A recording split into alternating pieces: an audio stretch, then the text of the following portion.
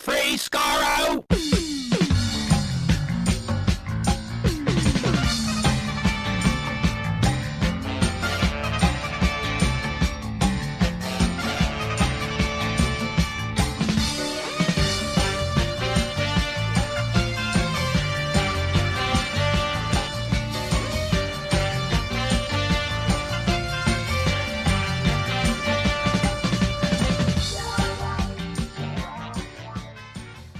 Hello, everyone. Welcome to Radio Free Skaro, episode number 855. I am Stephen in Edmonton.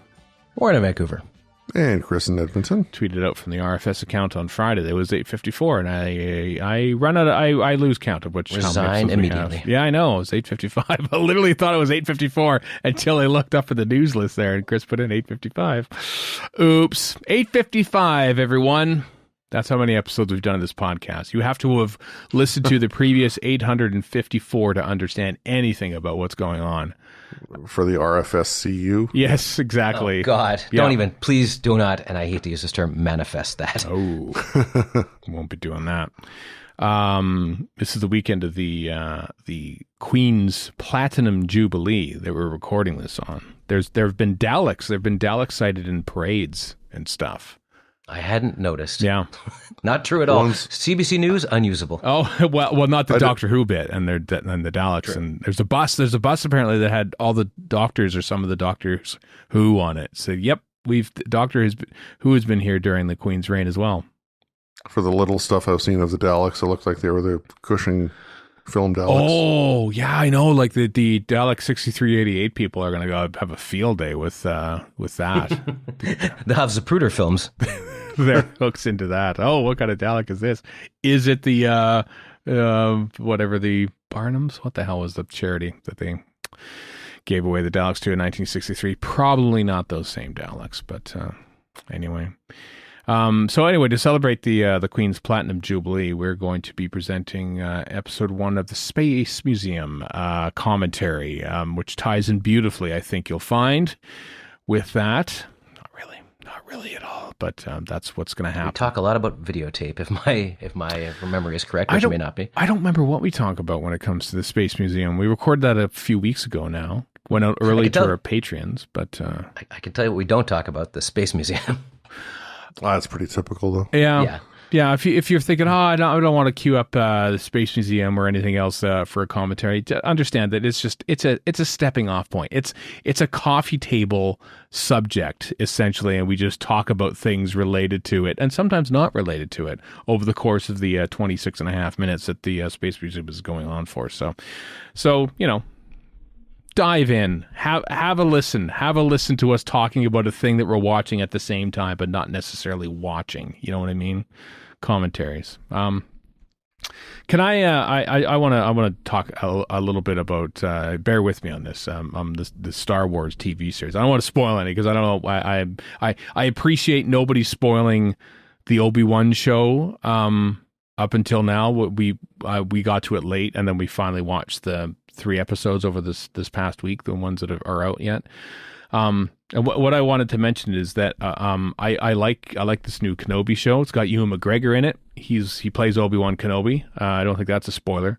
But what I appreciate about it, apart from the fan, the sort of the spin-off pandering of season 2 of Mandalorian and the looking back on it, I think the Book of Boba Fett was more like, let's just keep the brand going while COVID sort of clears up and we can start producing things again. That's kind of what I got the impression of. What I appreciate from the Star Wars TV series, and I have to say I am mildly surprised by the way they do this and do it well, is that they have made the TV shows a lot smaller scale. It's about Mandalorian and the Baby Yoda. It's about the Boba Fett guy and his little local things. And now Obi-Wan Kenobi, it's like just about Obi-Wan Kenobi.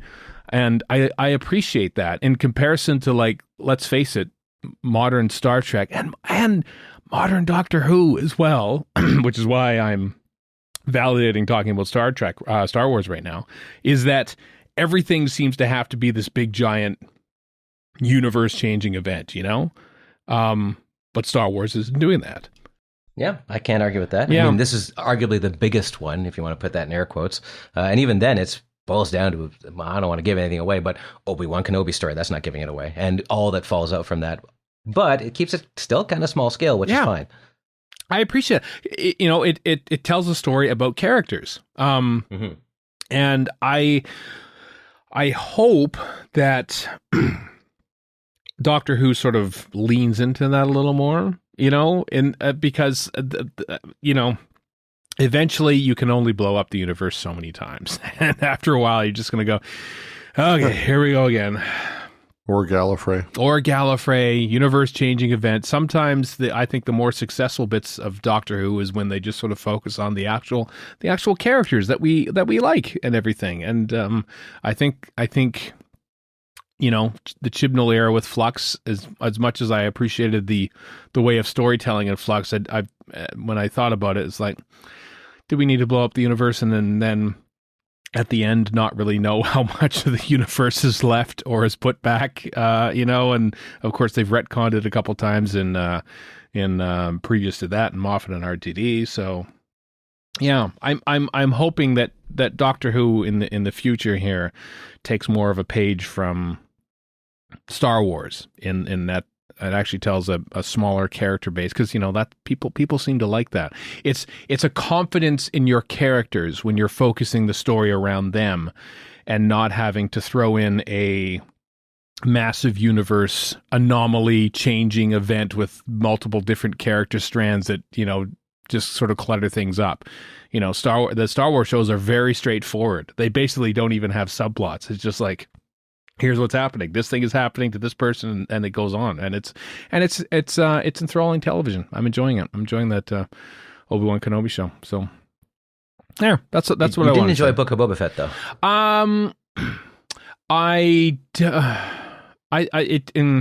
As I said, it just felt like it was like sort of just keeping the brand going while they. I didn't mind it because I liked seeing Space Dad bumble around, but basically that's just a very specific thing I was enjoying. Yeah, I can see why nobody else was. Yeah, I don't know. It was a weird show, and the first 3 or 4 episodes were all about Mando, and then it wasn't all of a sudden, and it's like okay, and then there was other things that they threw in there, and there comes Mandalorian, and he's back, and then he's off, and like Boba Fett doesn't even get the last scene in his own show, which is really strange. It's all on Mandalorian, and you just sort of get the feeling that it was kind of like the Mandalorian season 2.5. But well, he got the last shot in Mandalorian season 2, though. That's true, he did. Was it post credits though? It was post credits, so yeah, it was post credits, I believe. Yeah. I'm enjoying it though. I wonder if we always I like how we as fans and just fandom in general just sort of assume that Doctor Who is going to be this multi-faceted extended universe now. But I'm curious to see if they use any element of the volume, if that's just a thing that is just going to become like the standard, because it really hasn't yet. It's sort of just kind of something that's owned by Disney and they're doing the Star Trek show. Strange New Worlds, and I think Discovery was using it too. Are they really? I didn't know that. Yeah, there's one in Toronto, and it's being used for that. Yeah, and I think there's one here, sure, actually, in Vancouver, which I think ILM is actually using. But it's going to get cheaper. Everybody's going to end up using it, and fine, whatever.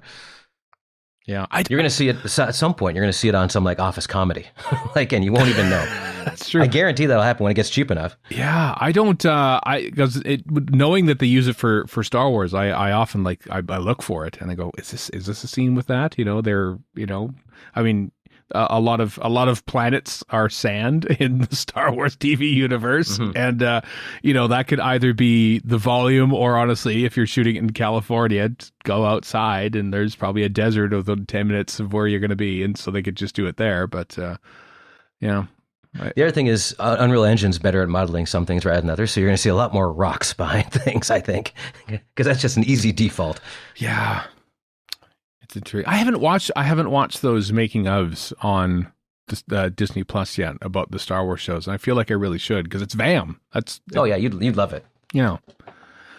I don't know why I'm not watching it. A little too self-congratulatory, as most fam is, but... Well, yeah, of course it is. It's there to celebrate. Just like Doctor Who is. Just like Doctor Who Confidential, much as we loved it, was very... it was lovely this week, wasn't it? Oh, it was wonderful. Look at this wonderful thing RTD is great at that, so get ready for more of that. I'm okay with that. It's fun to be enthused about Doctor Who again. So perhaps the BBC thinks so as well, because they are bringing back something from the show that hasn't been seen since 2017. That's the job of brand manager. They posted a job posting for brand manager the other week. Basically, what Edward Russell was doing from the Christmas Invasion onwards until the end of the Stephen Moffat era, which is, someone who was in charge of the Doctor Who brand, making sure everything sort of connects up, helping promote it, all this sort of thing. They got rid of that entire position at the end of all that and sort of merged it in with the BBC, with everything else that they do. So we didn't have a brand manager for the past 5 years. It showed. Yes, it did. It showed. So BBC Studios is recreating that position again. If you feel that you are a capable person, you can apply if you're an ideal candidate. But I feel like it's a pretty stacked job though, full of all sorts of things. But I'm just glad that the BBC appears to have realized their mistake and just sort of like trying to treat Doctor Who as just another TV show in their canon, so to speak. It didn't necessarily work given the lack of buzz. Let's say it. Let's face it. There was a certain lack of buzz around Doctor Who during the last 4 or 5 years. I hate to admit it. Apart from that initial Comic-Con launch, which was great, I don't know. It felt like the publicity buzz just wasn't quite there, despite what they sort of said about the wonderful, groundbreaking strategy of pulling off all of their social media channels over a weekend and having people wonder where it went, which is very odd. But yeah, brand manager. Chris, you have any thoughts on the brand manager position and its resumption? I mean, I think I'm glad to see it returning after the absence of the hype and the promotion that we saw over the last few years. Mm-hmm. You mentioned aspects of the job. One of the bullet points is managing day-to-day editorial questions about lore/canon. Oh, God. I know. What a nightmare. No, thank you. That could be a tough part of the job. Yeah. Well, it changes all the time, too. It's kind of part of the deal with Doctor Who. So, I mean, I wouldn't want to have to wrap my head around any of that. And I already have for 40 years. Mm-hmm. Yeah, that feels like what Ian Levine was doing in the early 80s, to be fair. Now, there is a brand manager. In a way, but not as a brand manager. Yeah. No, that was his job, though, managing day-to-day editorial questions about lore/canon, brand, feel, and tone, etc. Yeah. Managing is a pretty nebulous term for what he was doing. Yeah. Yeah, I'm intrigued. I'm intrigued to see what it feels weird. It's just that the BBC is sort of like kind of realized that maybe the last era wasn't as successful as they had hoped, and thus they are putting things back in that they knew were a success, like Russell T Davies, like brand manager to properly market it. Now they have an actual outside contractor in Sony sort of chipping in some money for it too. And, it feels like a weird new era, even though it felt like sort of like a bit of a refresh when Jodie Whittaker and Chris Chibnall came on board 5 years ago. But this feels like everyone's behind it. I don't know. Interesting times ahead. I'm really curious what happens with the TV industry by the time Doctor Who is ready to come. It's kind of going through a weird little patch right now. So by the time it actually starts airing, it'll look quite different. All TV will be gone. It'll be just nothing but Doctor Who. Your dream realized. You'd like Disney Plus will just sort of say, you know what? Yep. I think we're done. With all this. These tiles, and it's just Doctor Who or Doctor Who actors appeared in this. Yeah. Oh God. Yeah. I started on Bergerac. Speaking of Doctor Who actors appearing, because I finished Duchess of Duke Street. The last episode of which ended on a freeze frame, just to kind of like Sarah Jane Smith. It wasn't a cliffhanger. It was like a very celebratory end. Just like there's the Duchess of Zeus and there's freeze frame and cue credits and stuff. Lala Ward had a regular role in the last 4 or 5 episodes of it. She sang for a bit of it. She sang a song or two. It was quite interesting. So now I moved on to Bergerac for my Doctor Who spotting acting roles with the volume down because I'm busy editing podcasts and doing work stuff. But I can look over there and. Disappointed that the episode 2 of Bergerac did not have a large contingent of guest actors from Doctor Who. So that was a disappointment, but I'm sure there'll be other episodes to come where I can spot some. Wow, yeah, I know. What a depressing existence you must lead to. It was a little bit. Hey, no, I don't want to speak too much about Kenobi, but. I did spot an actor from the Doctor Who universe in that. I go, oh, I know that person. They've been in Doctor Who-ish. But that person's been in everything, absolutely everything now. So. I don't remember who this is. You can tell me off air. Yeah, so I will. Spoil anything people. I will do that. If I remember. Anyway, if you want to apply for the role of brand manager, good luck to you. It was posted on May 23rd. I don't know when it closes, but it's just a good indication of how the BBC is once again treating Doctor Who as the greatest show and the most important thing in our lives. Fair. Yeah. Mm-hmm. Yeah. Some big Finish news. The Ninth Doctor audio. Ninth Doctor is meeting the Sontar. I saw the Ninth Doctor on the side of a bus today for the Platinum Jubilee, which I'm sure the real Chris Eccleston probably thought he's not.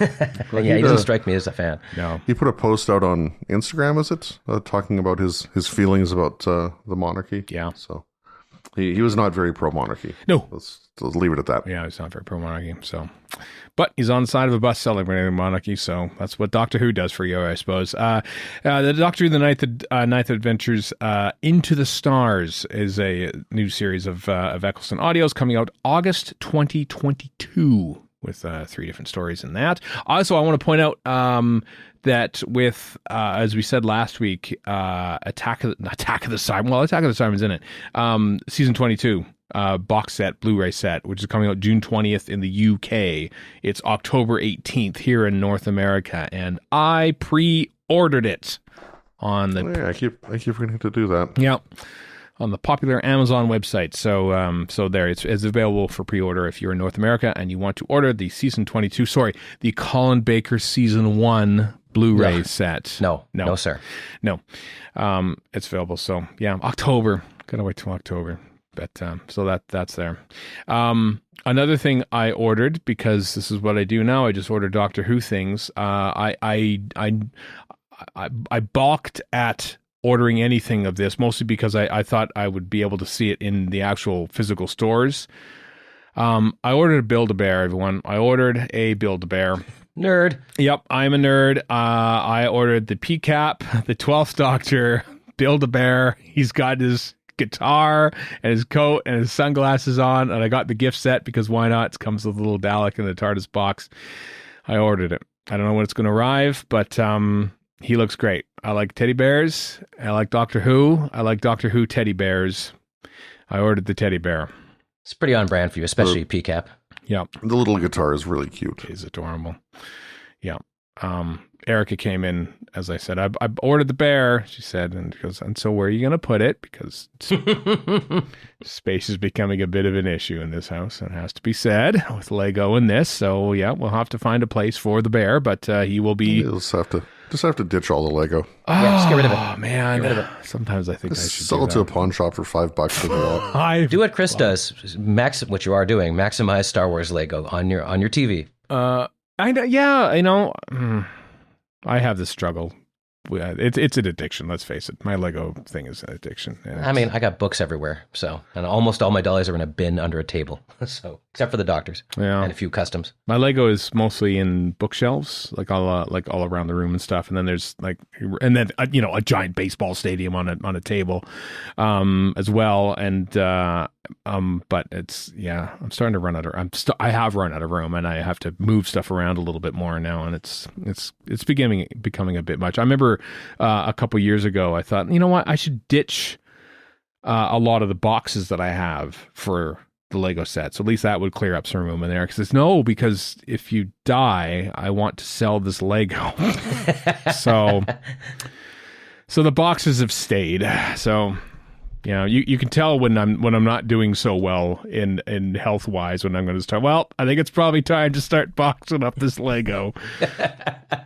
What a grisly! Why am I laughing? That's terrible. It is bad. It is bad. I know. Yeah. So happy days. If you see me post, I'm selling all my Lego online. Send flowers. It's not going to be long. Not long for the world. Conventions are happening, as you know. Long Island 2 is coming up in November 19th to 20th at the Holiday Inn Long Island in Holtzville, which is a shame. I wish it was in a place that I butchered the pronunciation of. That's my job. I mean, it says Holtzville, but it's probably pronounced something completely differently. I don't know what you would pronounce it. Pronounced like Atlanta. In Long Island, yeah. Atlanta. But they've announced several guests over the course of the week for the 2022 edition. Peter Davison, Janet Fielding, Sarah Sutton, Sophie Aldred. Two of those folks are going to be in the next Doctor Who episode. Fraser Hines, David J. Howe, and Sam Howe. All going to be there. Long Island 2. There's the early bird admission passes that wraps up July 1st, everyone. So if you want to get tickets to that, get them now before the prices go up after July 1st. And a friendly reminder, of course, that Gallifrey 1 is also happening. A guest announcement might be happening this month. Who knows? They usually start sort of in June-ish, so to speak. So that's going to be a party, y'all. It's going to be a party in February of 2023 when the Mandalorian season 3 starts dropping in the February of 2023. We'll be going to Gallifrey 1. It'll be very exciting. So there. As you can see, a smaller news list today. Even though they are shooting Doctor Who, Rachel Talalay posted a pic of a clapperboard of shot 400 that they did. And they had a bit of a picture, like artwork of like Donna Noble on there and stuff like that. And then it also said it's a wrap, but I don't know if that's actually wrapping production on the episode that she was doing. But they usually only put it's a wrap when they're finished. But they are shooting, as we are led to believe, 3 episodes over the course of May and June. So they're not. They might be done that one particular episode, but they aren't done shooting Doctor Who with David Tennant and Catherine Tate yet. So stay warned for spoilers. Chris, are you trawling the internet at all for set reports or anything still, or is no? Have you done? No, I've scaled back. There's the odd thing I'll run across by happenstance, but I'm not really seeking anything out. No.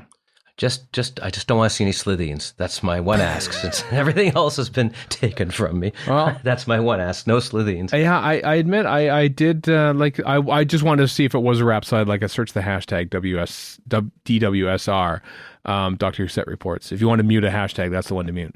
And I didn't see any Slitheen, Warren. That's a spoiler right there. Okay, good. If there is a Slitheen, it's not happening on location in public where they were shooting.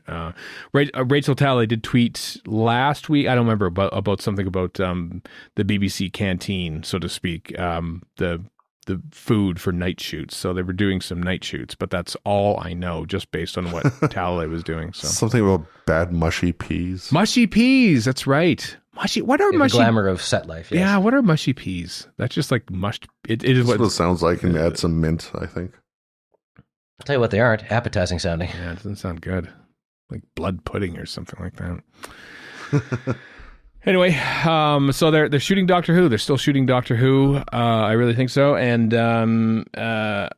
stay away from the internet if you don't want to. I feel like the initial hubbub of David Tennant being on set that first day has sort of died down a little bit, and they're sort of just carrying on right now. But it's I was listening. Toby Hadoke put out a couple of his radio appearances when they announced Ncuti Gatwa.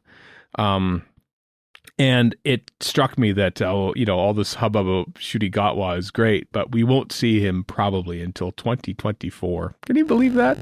No, I'm almost offended that this is the case. Come on, give me my Doctor Who, damn it. It's ridiculous. Yeah, 2024. They're working this far in advance, so... Yep, enjoy him while he can. It's going to be a long time before we see Ncuti Gatwa, or really any new Doctor Who post October 2022 on our screens. Which means we'll just have to continue looking back, I suppose, like we do every week in the Timelash. Various Doctor Who episodes that happened this week in history. We're getting close to looping around for the year since we started doing this, so apologies if we start repeating ourselves. But... we've done 855 of these things. It's not like we've repeated ourselves before.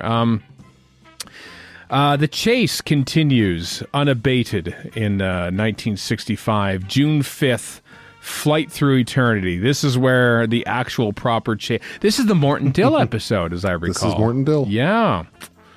Peter Purvis makes his debut in Doctor Who.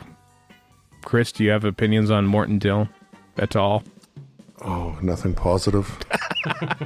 I have none. I'm neutrality central. Nothing good to say about Morton Dill. No?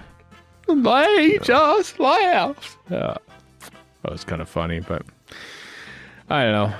I still find it fascinating that in episode 3 of a story, they still haven't cast their new companion.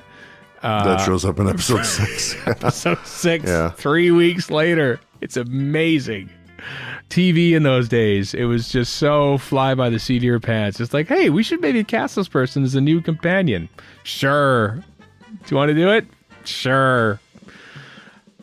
Golly, we talked about Ncuti Gatwa not appearing for 2 more years, essentially, and here's Peter Purvis basically auditioning for a role on screen in episode 3 of a story in which he takes over at the end of it. Wow. It was a bit more fly-by-night at the time, yeah. Way more fly-by-night. And better, I think you'll find, Warren. Everything was better. I think your mileage may vary. I think if you dipped into a random night of television here or the States or Britain, it'd be just the same as it is now. Yep. Some good, some bad. Yep, absolutely. Speaking of some good, some bad, opinions about Vincent and the Doctor from the people on this podcast crew, which aired June 5th, 2010. Chris, I know you're not a big fan of this one. No. How come? I like it. I just don't love it. Well, it's like the Doctor's Wife. I like it quite a bit. I just don't love it. Mm-hmm. And some people love it, which is fine. I'm not going to tell them they're wrong because they're not. Yeah. Just didn't hit me the same way. I've come around more on Vincent and the Doctor in later years, but Chris, you were never a fan of it. Was it the Invisible Chicken? Is that what kind of got you about it? The Invisible Space Chicken was definitely a factor. Yes. Yeah. I think I took exception to the misrepresentation of Van Gogh in the episode, but I mean, at the end of the day, it's not like the portrayal of Shakespeare or Queen Elizabeth are, historically accurate either. So, right. So I think that one I'll have to let go. But it's got some great moments, and not just the part at the end, which everybody loves, which justifiably it's a good part. I loathe. Oh, okay, never mind. Not everybody does. Oh. But I love the part where they're looking up at the sky and then it turns into a Van Gogh painting. I think that part's brilliant. That was pretty. Yep. That was pretty. You didn't like the pop song and Bill Nye waxing on about how great Van Gogh is. Is that the bit you're talking about? Yeah. It's like, oh, here's okay, fine. Van Gogh has been greatly celebrated, after his death and all that kind of stuff. So, I understand the rationale behind why they wanted to show him all this stuff so he doesn't kill himself. Right. But man, that's such a freaking tease. It's like, you're never ever going to actually see this, you'll never experience this firsthand. And right. So, I don't blame the guy for still offing himself after. Oh, wow. That took a dark turn. It is dark turn. It's not my fault he killed himself. It's fact. The reason, I've said this before, the reason I come around, my spouse Erica is, battles depression from time to time. And I didn't appreciate that at the time because I hadn't met her yet. Yeah. And now, also, Go ahead. Sorry, like I said, they misrepresent. Like he was more likely to be bipolar than just depression. Yeah. Even and now I look at it now, I think sometimes it's maybe like sort of like looped in, like grouped into sort of just general depression, where it's more of a bipolar thing. And I think the performance sort of lent more to bipolarism. I think Tony Curran was great in that. Absolutely fantastic. Yes. But I think what struck me at the time, thinking, well, come on, we're just look at it. You showed you how much you're loved. You should be happy for crying. And that's just not how depression and bipolarism works. No. It just doesn't do that. No. What you think you are doing to help someone feel good about themselves is probably just making you feel good about yourself, thinking that you're doing something to help, and that can be just as dangerous. And the as evidenced by the fact he does still commit suicide. He still does die, despite all that. Mm-hmm. Yeah. So. Depression and bipolar is not an easy thing, folks. No mental illness is. No, really isn't. Really isn't. I'm lucky enough to not have to battle those afflictions. My only affliction is overconsumption of Lego. OCD possibly. Yes. Yeah, which is nowhere near those. Doctor Who actors and other shows. Doctor Who actors and other shows. Maybe is there a condition for trivia love? Maybe, I don't know. Yeah. But Jerry Lewis ain't going to host a telethon about Doctor Who actors and porridge or whatever. Also, I'm not making fun of anybody with these conditions. I just want to point that out. I'm making fun of you specifically. I know you are one. I know. Fulton Mackay was in Porridge. He was in Doctor Who and the Silurians, for what it's worth. If that's a reference you're going for, Chris, maybe. Yeah, that very specific one. Yes. Never seen Porridge. No other reference. Have either of you seen it? I will say that I looked at the first episode of Porridge on BritBox just to see what was going on, and it started on film, and then thankfully it went to video when they cut to the studio. And so, that's sorry, I'm just laughing at it. It seems like a show people grew up with. Let's put it that way. I don't know. There's probably versions of that for us too. No, I just want to laugh because just this tweet was from 4 days ago, but it just came to my Twitter feed that I have to mention. So there's the scene in Arc of Infinity, which did not air this week at all, where the actor who's playing Taylor, I think his name is, in episode 1 of Arc of Infinity, and he's sort of appearing on, and then like a gun appears beside the screen. And the guy's famous line is, "Impulse laser?" And then he gets shot with said impulse laser, right?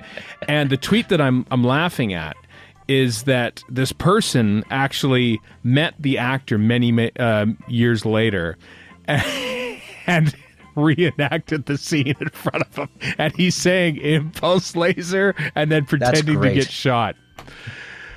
I love Doctor Who. I love Doctor Who for that reason. Anyway, if you follow Radio Free Skaro, Radio Free Skaro on Twitter, just been retweeted. By the way, why has nobody ever called us Radio Free Squalid? It's sitting right there waiting for you. Come on. We did consider Radio Free Sbarro when we tried to sell our naming rights to the food court pizza company, but they never took it. They said, get out. They did. Let's see what we got here. Inferno keeps on. We love Inferno, etc. June 7th, Forest of the Dead, with the conclusion of the River Song story. 2008, June 7th is when that aired. That was the thing. I feel like I want to watch that again because I haven't watched that story as much as I would have liked. And knowing what the River Song story became after that, that is the beginning / end of it all, which is pretty cool. Yeah. Do you remember? It hurts my head to think of it. Did you? I mean, I know we talked about sort of the magical nature of Silence in the Library the week before. What were your thoughts on Forest of the Dead? Me or Chris? Either of you. Go, Warren. I'll start with you. I liked it. I thought the ending was fantastic precisely because you don't know what the hell's going on with this whole thing. So it just kind of works. It's like a pretty well-tuned set of episodes. There's not a lot of fat on either of them, from what I can tell, and that's what I liked about it. But like I said before, like trying to figure out the River Song chronology, I've just given up. I'm like, sure, it works, I guess, whatever. I'm not going to try and think about this. Yeah, Chris, do you have any thoughts on Forest of the Dead? Yeah, I didn't like it. Oh, okay. Now, is that a good week for Chris? Yeah, this time last week. I know. I thought it was a big letdown to part 1. Yeah. originally it was supposed to be called Rivers Run, which, it is what it is. Right, yeah. But when they changed the name to Forest of the Dead, somehow my brain just twigged in a way that I figured out what the great reveal at the end was going to be. Yeah. Mm-hmm. And that just killed it for me. I suppose so. Yeah. I'm dumb, which is my saving grace for most Doctor Who. And you just don't notice these things, yeah. I just don't notice until it happens. Like the Master being revealed in whichever, the Missy one. I can't remember the names. I'm terrible. Yeah. So I told you I'm dumb. But I didn't twig on to being the Master until he took the mask off. I'm like, why am I this stupid? But it made for an entertaining show, so what the hell? Even though he was in the trailer like on week 1. They got iron. Oh, yeah, of course. But I'm like, derp, derp, derp. What, John Sam? What? I don't know what's going on. What a calamity. Oh, my word. Anyway, obviously it was not the last we saw of Alex Kingston. Really, the basic chronology, despite how, bonkers we think it is essentially it all just works backwards. Just literally just in order backwards. That's how it works. June 8th, 1974, Planet of the Spiders, Episode 6 airs. John Pertwee's Doctor regenerates into Tom Baker at the end of all that. Yep. I'm still a Planet of the Spiders defender. Sure, I like Defendist. Yeah, I'm a Defendist of it. I think there are great, and really I think not all the bad elements. The good elements shine through in this one. I thought the end of it is bad. I'm being sparing with my details with this TV show that aired 48 years ago because Erica hasn't seen it yet. But there are aspects of it that I really, really like, that I think is actually like on par with some modern Who story arcs. Not in the way it was told, but in the way that they sort of approached it. One aspect I think that illustrates that very well is Tommy. Because a lot of people talk about how character is such an important aspect of modern Doctor Who, and just the portrayal. And I don't know the actor's name offhand. I'm sure you do. Oh, Steven. I've forgotten. It's John somebody though. Yeah. The guy who plays Tommy just nailed it as far as the performance goes, and just the shift from how the character started to how the character ended. Because I remember reading the Target book before seeing the story, and in my mind when reading the book, Tommy was like a kid, and to see a full-grown adult playing the character in the actual show kind of surprised me. Yeah, there's on the DVD for Planet of the Spiders, there's a bit of VAM on it where there's an interview with the guy who played Tommy, talking about going to drove to BBC TV Centre and just at the gate talking to the guard, and he was affecting his Tommy persona. Oh, really? The pre-enlightened Tommy, and just to see if he could do it outside of the production or something like that, and so I mean he had fun with the portrayal. Yeah, I did look it up. It's John Kane. I wonder if that performance would not be in a modern, it's an adult with learning difficulties essentially. And how this thing can sort of I don't know if that aged well. Kind of like putting George Cormack and Kevin Lindsay in yellow face makeup as monks. That aged less well. Probably aged bad as well. The learning disability thing was kind of in the zeitgeist at the same time. Like there's Charlie, Flowers for Algernon, that kind of stuff. There's probably other examples. Like it was just kind of a thing floating around at the time too. Interesting. Yeah. I'll tell you what I don't mind Planet of Spiders, but I don't go back to it for one specific reason. Okay. The spiders are irritating as hell. Like, they really get on my nerves. Oh, like the voices or just the way they look? Yeah, the voices just like nails on a chalkboard. I can't do it. No. It's effective, though, isn't it? Yeah, that does get to you, but I just can't. I'm not looking forward to seeing it again for that very reason. I am. I'm looking for. I just started Green Death last night. Oddly enough, Green Death Part 4 aired on June 9th, 1973. And I have to say, I'm looking forward to watching season 11 because, the season 10 got the big Blu-ray treatment, 12 gets a big Blu-ray treatment, and season 11 I just feel like has kind of fallen through the cracks, possibly for good reason, but I'm intrigued by it. I'm intrigued by watching season 11 again and sort of getting that a bit of a fresh look. And Planet of the Spiders, of course, wraps that up. So, Planet of the Spiders, yeah, there's some good stuff and there's some bad stuff, but I can happily watch it. The only really real low light for 11 is Monster of Peladon. Even that I can watch. I don't mind the Peladons. They're relaxing. They're like Duchess of Duke Street. Just kind of leave it on in the background and check in on what's going on with these miners and the monster and the doctor's doing some stuff. Whatever. It's kind of you know what? It's I more or less I watched my first cricket test match for the first time in 2 years. I know there's been other test matches, but they have either they A, haven't been on, or B, just haven't been available to me to watch, and so they've had it on there. It's like, I remember this slow, boring cricket, but nice just to have on in the background. I think that's a Monster of Peladon right there. Curse of Peladon is your T20 or maybe ODI, One Day International, but a nice, boring test match that takes 5 days to play. That's the Monster of Peladon. You're speaking utter gibberish right now. Gibberish, yeah. I mean, it didn't need to be 6 episodes. So if you want to look at it in the frame of Curse is 4 and Monster is 6, then yeah, T20 versus Test match, sure, exactly. I can dig that. Yeah. June 9th, by the way, 2007. We are now 15 years since Blake first aired. Yeah. Wow, 15. Wow.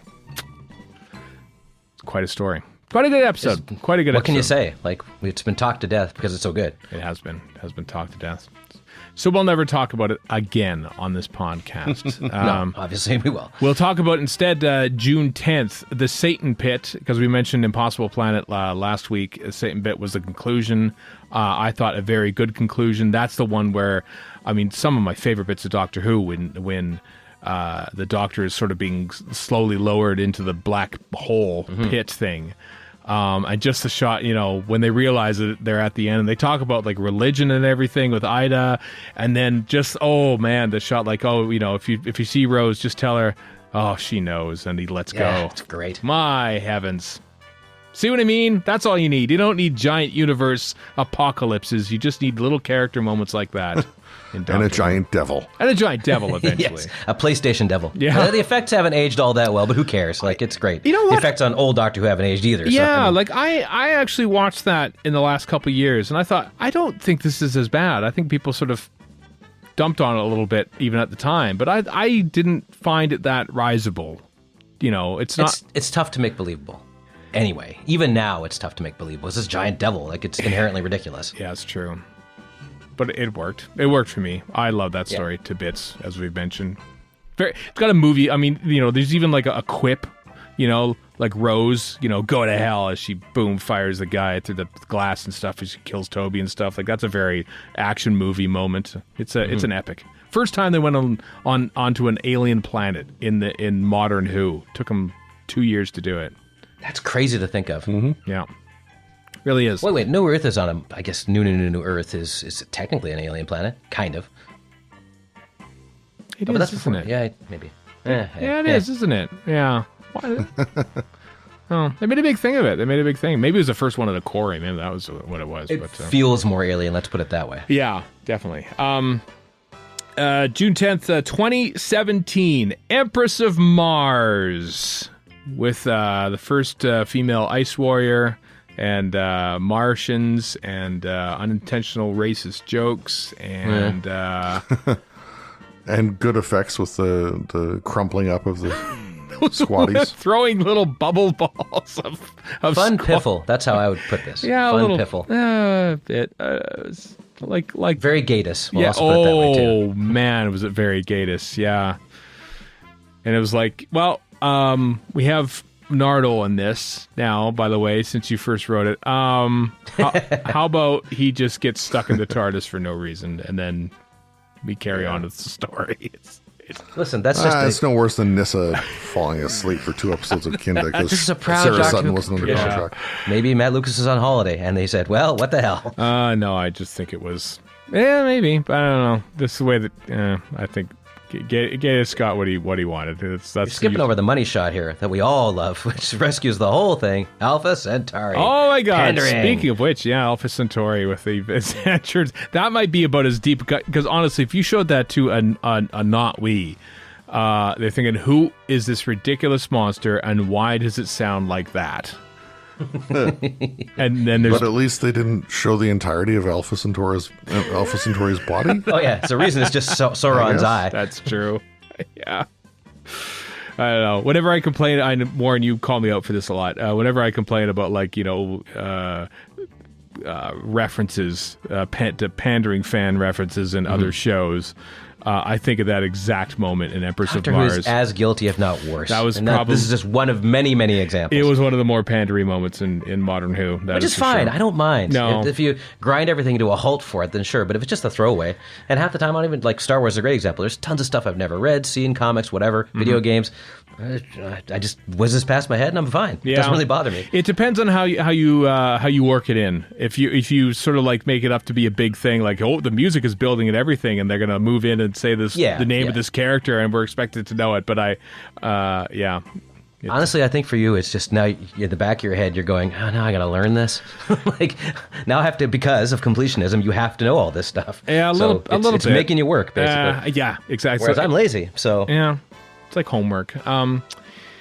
Lastly, Bad Wolf aired the beginning of the two-part finale. The end of Christopher Eccleston aired June 11th, 2005. With those game shows, remember all those? They go into those all the reality shows and stuff. Mm-hmm. Yeah. I always think it's going to age poorly, and when I watch it, it doesn't. It's weird. It should, because it's so very specific to that time. It really is. It doesn't really. Yeah. I mean, like, Weakest Link doesn't seem to go away. Like, there's that American remount with Jane Lynch. True. What Not to Wear, I don't know if that's still around anywhere. I don't know either, actually. I'd never watched the stuff in the first place, right? So yeah. Big Brother. Big Brother's still around. Still around. Oh, God. Man, it's amazing when you think about it. Those reality show staple. And think of the time that it was in. Like when reality TV, let's face it, was the going concern. Because it was cheaper television. And you could sucker people into being on it because they wanted to be famous. And so it was like in the early 2000s, it was all reality TV until... Oh, yeah. Because it was cheap. And then that's going to happen again with Netflix, because Netflix is pirouetting away from expensive stuff and into that stuff because people watch it. So my God. you see a lot more of that junk on Netflix. But I will give Big Brother this. Without Big Brother, we wouldn't have had Dead Set, which is fantastic. And without Dead Set, we wouldn't have had Black Mirror, which also can be fantastic. So I'll give Big Brother that. And, of course, a reference in Doctor Who. And I like the Big Brother theme, which is used in this episode as well, which I imagine probably cost a pretty penny to license and stuff. But that's what a brand manager does, I bet, in Doctor Who. It gets shows licensed and stuff, and you can use music and everything, which is why Toxic is heard in Doctor Who earlier in this season as well. Anyway, that wraps things up for the Timelash for another week here on Radio Free Skaro. You've been waiting all episode for it. Wait no longer, folks. It's time for our Doctor Who Classic Series commentary of the Space Museum, Part 1. Are the microphones wired in? All around the condenser, most merciful. We're looking forward to excellent duodecaphonic sound. This is the moment when I get a real feeling of job satisfaction.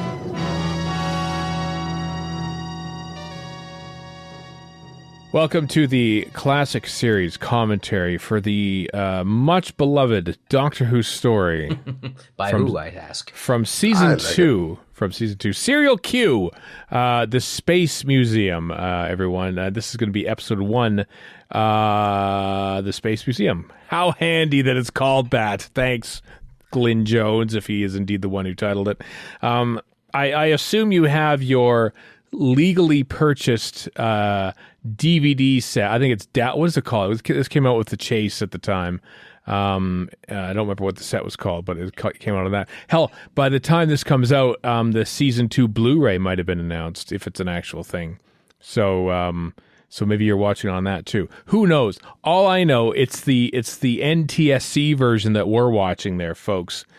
So if you're a PAL hound, as people who are very much in favor of PAL as their proper system. PAL hound, is that the proper terminology for a PAL enthusiast? Yeah, it is. I thought it was a palindrome. Palliative care. That's what it is. Palliative care.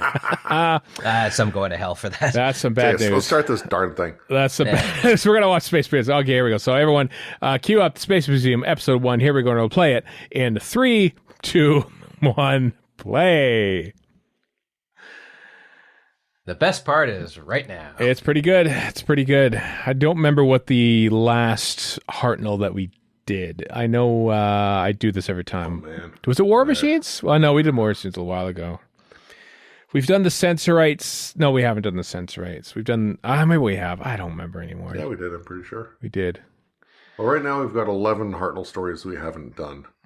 that exist. Hunter of the Child, Aztecs, Reign of Terror, Planet of Giants, Dalek Invasion of Earth, Romans, Chase, Time Meddler, Ark, Gunfighters, 10th Planet. We haven't done the Chase. Oh, God, it's still out there. Yeah, it's there waiting to kill us. Oh, man. Oh, this is post Marco Polo, I assume, given the costumes. This is post Crusade. Okay. Never mind then. This is the that there. Hughes of Marinus comes after Marco Polo. Yeah, that is what we just saw. There's a last remnant of what exists from Crusade Part 4. I do like these Meccano sets. I'll give them that. they're very clearly models, to be sure. Yeah, okay. Like everything else ever in the history of Classic Who, except the Trial of a Time Lord Station, which also looks like a model, just an awesome one. Space Museum. Oh, look at these bad mountains. It's great. It's a rare shot there in 60s Doctor Who, a good old rollback and mix of the TARDIS. Seriously. It's also a rarity to have Glenn Jones writing and acting in the show, too. Absolutely. From South Africa. Explain to me why they're standing like robots. Because at the end of the Crusade, they were standing around the console in their 12th century garb, and they all of a sudden froze, and the lights went dark in the TARDIS for some reason, and then it ended like that. And so I see. And now they've materialized. And he's explaining it too. So there you go. Yep. Which, when you're watching this on YTV for the first time in like 1992, it's like, what did we just miss? Exactly. Or right now, for that matter. Yeah. Although I have to say, Ian's outfit is pretty choice. It's the turtleneck. That's a fine looking turtleneck. That's proper TV. Forget about it. Who cares? That's exactly what they've done. That with this, they've done it with Adric dying. Like it's well, nobody happened. Move on. Yeah. Yeah. It's okay. So like, there's a few things in the story that like kind of blew my mind as a young person watching it, at whatever age I was, and the first of which was the glass of water scene coming up. Oh. Blew your mind, you say? Wow. Yeah, because I mean, I'm big on like high concept stuff, and it's not a usual thing to like see somebody drop a glass of water, then have it rewind and come back together as part of a show on film. Now because there's a food machine again. Well, how about bring this thing back? Bring it back for the 14th Doctor, whoever that may be. Have a look throughout this story. There are scenery and props that appear again from previous stories and will appear again. And I feel like we saw the door to the closet. There it is right there. Look at that. They did that crazy effect by shooting it on film and then playing the film backwards. They couldn't do it on videotape, obviously, because the technology did not exist at that time. No, nowadays it's like super trivial. Yeah. You could do it on your phone. You could shoot it backwards on your phone. Mm-hmm. You can't even do it in 405 lines like this is, though. I kind of want an iPhone. I want that to be on the next smartphone generation, where you can choose 405 lines, 525, 625. Go proper SD here. 576i. That is a mighty helmet of hair that Barbara's got on. Wow. That is quite the Barbara helmet. I never realized. A belmet, if you will. Yeah. You won't. No. You see it go a little bit crazy in episode 2 or 3, I think. Not William Russell. He's got short back. Also this part here, the Doctor takes a drink. It's like, oh, you dropped it, hey? Yeah. And doesn't even care. Just keeps on going. Yeah, easily replaced. You try making a glass. It's quite something when you think about it. Sometimes I think about, like, I've seen glass blowing in person, and it's like, wow. But they don't make glasses like factory produce glasses like that. But yeah, was that straight blowing? No, it's jazz. I knew that's where you're going. The roundels behind them are getting pretty beat up. I don't know if you noticed that. Set has seen a few knocks. Look at that. Look at that roundel. Both of them. All of them. All the roundels are like beat up pie plates. Is it, or is it just the shadows? No, it's beat up. They're actually dinged up. Look at that. Like I guess the one above Hartnell's head there. Yeah.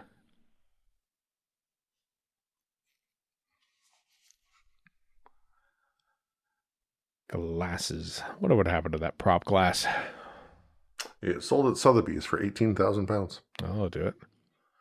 The doors are getting due to its appearance in this historic episode. I love this. Look at William Russell. Like, he's tapping his fists together.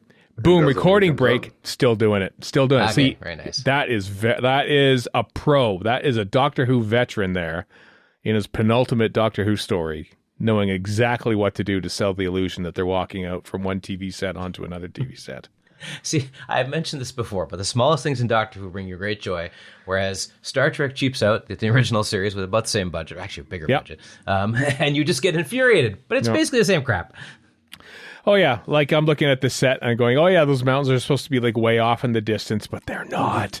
They are absolutely not. Look at you can see there's a shadow on him. Like, it's just it's literally just a vertical line above his back. Yeah. Every soap opera is like this. Like, I remember watching, I think it was North by Northwest, and they had a painted background that was obviously painted, and you're like, who cares? Cary Grant's charming. Yeah.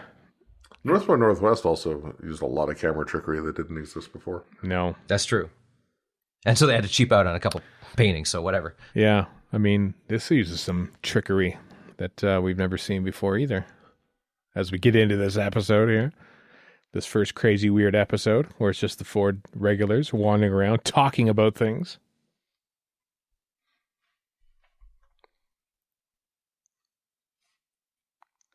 Glyn Jones clearly knows the formula because he's obviously seen basically every William Hartnell story up until now.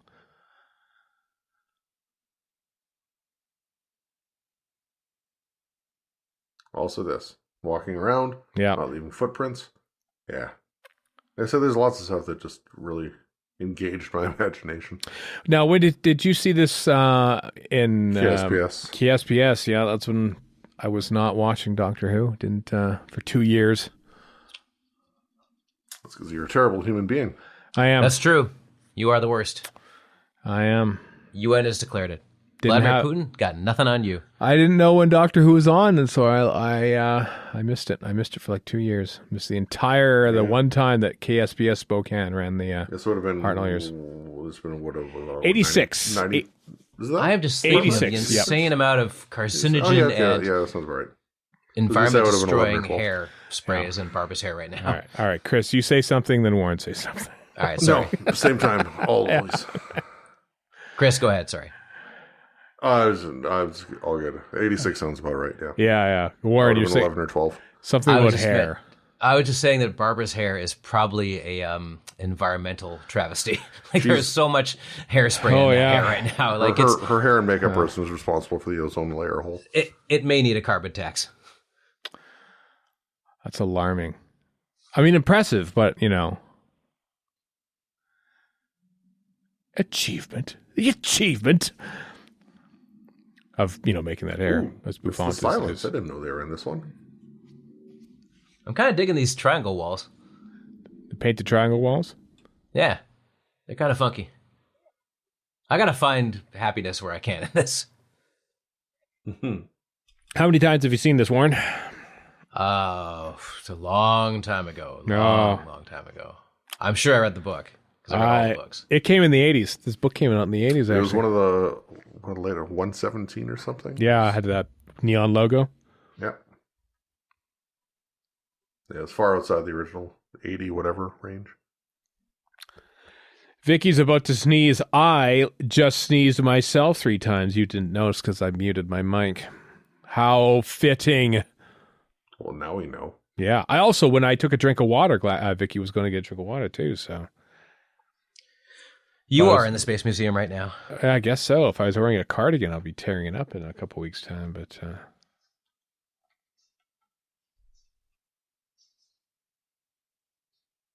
am I misremembering, or did they take apart her cardigan? They will take apart her cardigan in episode 2, I think, of this. So enjoy this cardigan while it lasts. It's Barbara's last cardigan. Will she belt into a duet with Tom Jones like the Cardigans did?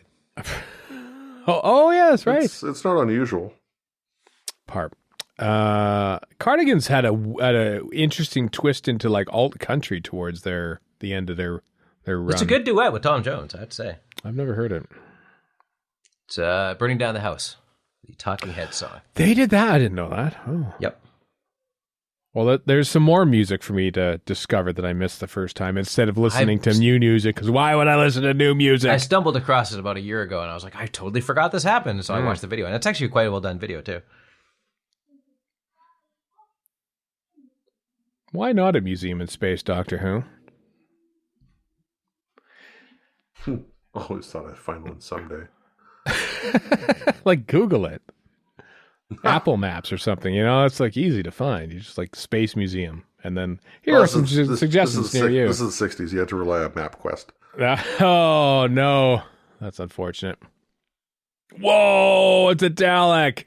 I remember on the cover of Space Museum Target Novelization, they had a Dalek in there, and I thought, is this a Dalek story? Whoa, no, it's not. It depends on how you define a Dalek story, I suppose.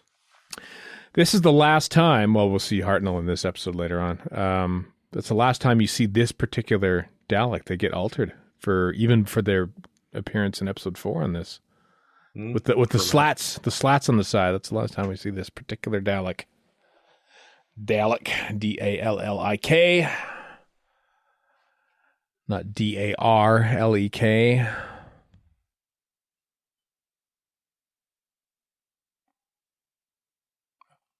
This basically serves as a massive teaser. By the way, the Daleks are coming back in a couple weeks. Yep. Don't forget to tune in. Nope. We're only 6 weeks away from the appearance of Morton Dill.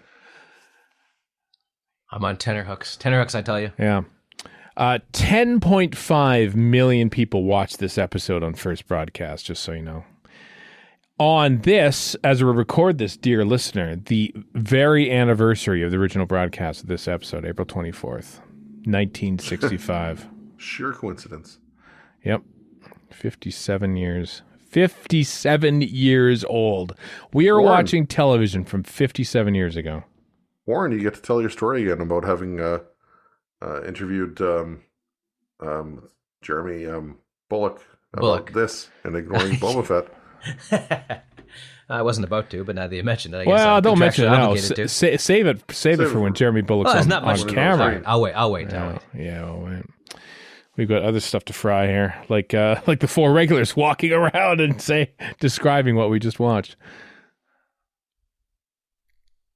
There's a DVD documentary on this about Rob Shearman defending the Space Museum. I don't know if Rob Shearman can pretty much defend any episode, but he can also slam any epised. I was going to say, he can defend anything, but it doesn't mean he's not talking out of his backside. That's the thing,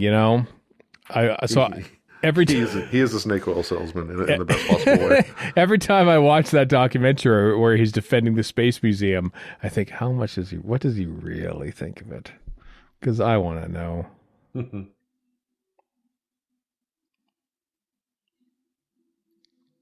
Here is some fancy special effects. Get ready look at this. What is happening? That's with them. A mustache? Question mark. Yeah, that's the deep sea diver next to her. I don't know. Or whatever. It's a pretty great costume, actually. Yeah. It looks like David Lynch ripped that off for Dune. His version of Dune. That's actually young Patrick Stewart in that get up there.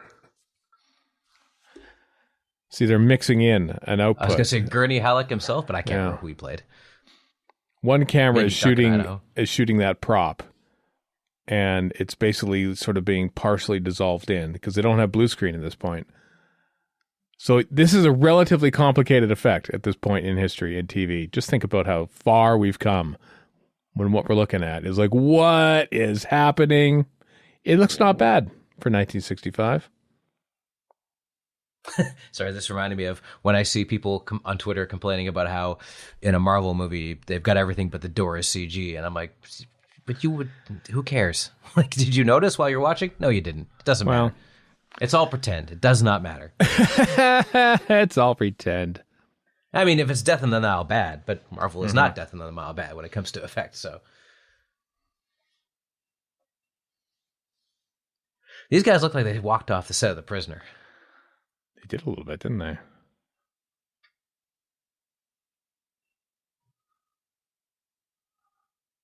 I've never known anything in my life. Me too, Doctor. Me too. Stumbled a little bit there, did Billy Hart.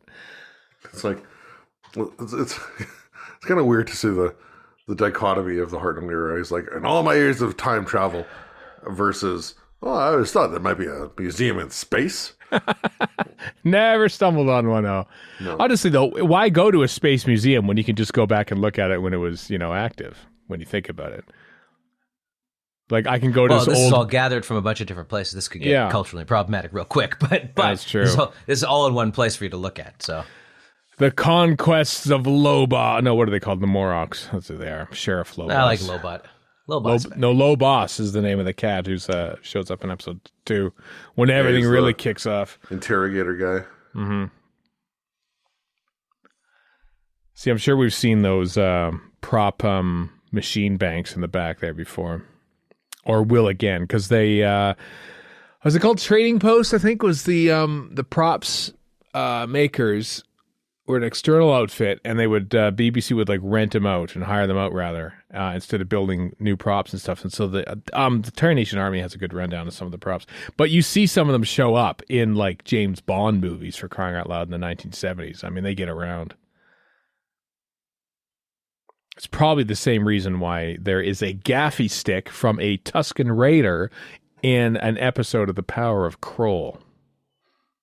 It's there. Have a look, folks. Episode 2. Mm-hmm. Or 3.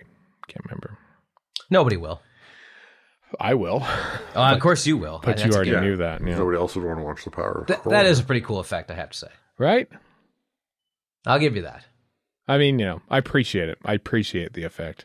Also, I like the theatricality of Hartnell's whipping around there. I know.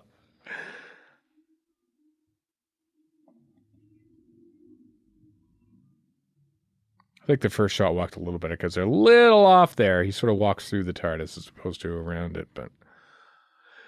But how is he to know? He couldn't see it. And they're doing it live. Like, They're doing it live! Yep. All the videotapes you were looking at. They are live. Shot as live. This coming up, not live. That's Brian Proudfoot there behind there, doubling up as William Hartnell. They had to shoot that after and chop it into the videotape later on. Costly recording break. There are 5 recording breaks in this. Someone watched the production notes before watching this, and that someone is me. Of course it is. What a shock. Because I love knowing stuff about how they made Doctor Who 57 years ago. It's great. Another word for that is unhealthily obsessed. A little bit. On this legally purchased DVD, I can switch the track over to the infotext. You could, but I would just be reading off of it. But just like even something as simple like, you notice how infrequently they cut back to it, because that would mean literally, there we go. They've had to cut back to it. By the way, that's expensive. That's expensive for the videotape to have to try to use it up. I remember watching Interstellar, and not to give away the ending, but I remember at the end of Interstellar going, they would have solved this in about the first opening 5 minutes of New Who or a half hour of World 2. And here we are doing exactly what I'm talking about. Be like a pre-credit sequence in Doctor Who. Yeah, I was like, this is your big deal, Interstellar? All right. Oh, okay, fine. Fine, I guess. Whatever. You will be amazed to know I have never seen Interstellar. I'm shocked. Yeah, you're not missing much. It's okay, I suppose. I know some people love it, but I was like, it's like the Batman. The Batman is fine. It's fine. Right. It's not bad. I wouldn't say it's the second coming of Christ, as some people make it out to be. Again, the Doctor's saying what we're all thinking. Right? Here we are, face to face with the fourth dimension. Luckily, the fifth dimension with Marilyn McCoo is nowhere to be found. That would be the dawning of the age of Aquarius. We can't have that. Aquarius, age of Aquarius. Mystic crystal revelations and the mind's true liberation. I remember hearing that as a kid and going, man, hippies are stupid. That's funny. There's a lot of hippies in there. That was peak nonsense. I take it you're not a fan of Hair, then, Warren. No, musical. It's a musical, and therefore, well, you can just say it's a musical. So no, I'm not a fan of it. But you like West Side Story. No, I don't like West Side Story. I like Steven Spielberg. There's a difference. I can tune out the music and watch the camera work being done. I was going to go for the obvious, and you know what the hell that I am. Warren is obviously not a fan of Hair. That's why he lost his. Wow. Going for the cheap laughs. It's been a while. It's been a while. Zeller's laugh is what that is, speaking of the bit of wall. It's been a long time since made a Hair comment. Not that the great thing about losing your hair at 19 is by 51, you do not care. That's and true. You at 29 or earlier. Point. I am disappointed in some ways, Warren, that you never at least flirted with the idea of a comb over. God, man, no. Because there was a time. I'm mildly surprised that hasn't come back, because everything else is sort of like in a hipster sort of, self-aware sort of fashion has come back, and that isn't one of them. Yeah. I mean, it is stupid enough, but even in the late 80s, when I started losing my hair, even then a comb over was déclassé. What a shame. What a shame. I mean, there were still old guys with them because they were holding very much on to the 1950s. But yeah. Well, your Lego alter ego still has a comb over, so that's true. That's very nice. Oh, as I said to my dad, we were in Southgate Mall, and as a child, I remember going to Southgate or Edmonton Center back in the day, right. And you'd see these old guys who had been in World War II because they were old by the time we were wandering around in the 70s, sitting at the bench talking. And I turned to my dad when I was there recently and said, "Hey, Dad, we're the old guys on the bench talking." And he's like, "God damn it, you're right." I think that's the same shot. First shot of.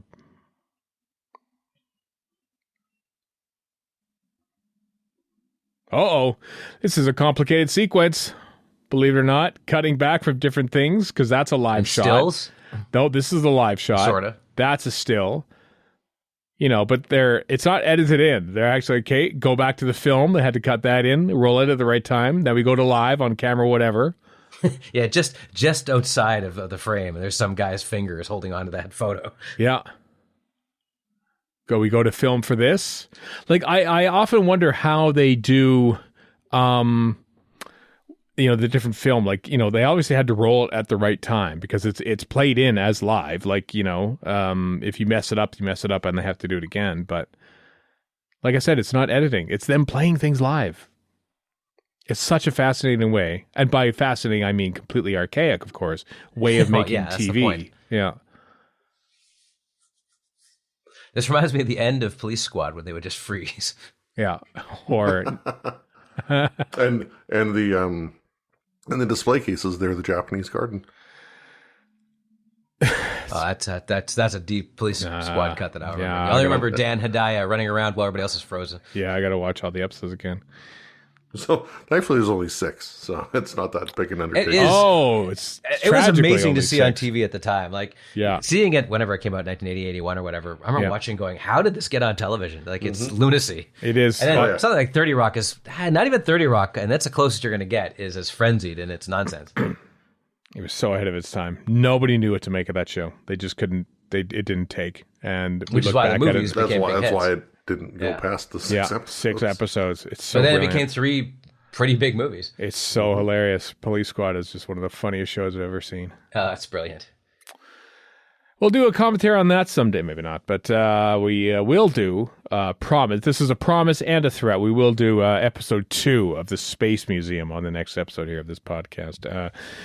On your regular feed, or if you're a Patreon supporter in your special advanced preview screenings that we give our Patreon supporters. Yep, you get all the Space Museum. Listen, we might even you might be listening to the one that comes after the Space Museum before all the non-Patreons listen to the Space Museum one. So think about that. You might have a really crazy episode of Doctor Who to look forward to. You never know. But until the next time when we watch the Space Museum Part 2, The Dimensions of Time, I am Stephen in Edmonton. Warren in Vancouver. And Chris in Edmonton. So long for now.